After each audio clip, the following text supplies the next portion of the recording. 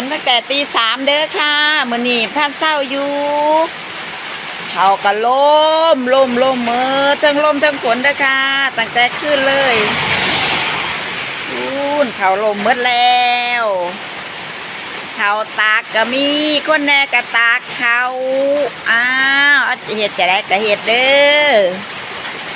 ตากบ่ฮู้แนวสิเว้า